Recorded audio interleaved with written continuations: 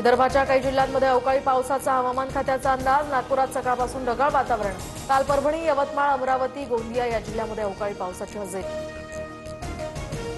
येवला कृषी उत्पन्न बाजार समितीमध्ये कांद्याचे बाजारभाव घसरले। प्रति क्विंटल मागे 700 ते 800 रुपयांपर्यंत तोटा। 1000 रुपये अनुदान देण्याची शेतकऱ्यांची मागणी।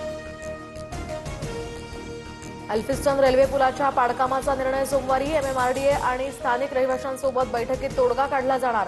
पुलाच्या पाडकामामुळे शेजारील इमारतींना धोका निर्माण होण्याची सुद्धा भीती। मध्य पश्चिम आणि हार्बर मार्गावर आज मेगा ब्लॉक, तर कांदिवली ते बोरिवली दरम्यान गटर कामासाठी दुपारी 1 वाजल्यापासून उद्या रात्रीपर्यंत ब्लॉक असेल।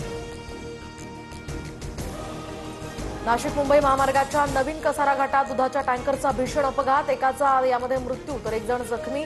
चालकाकडून गाडीवरचं नियंत्रण सुटल्यामुळे अपघात झाल्याची माहिती।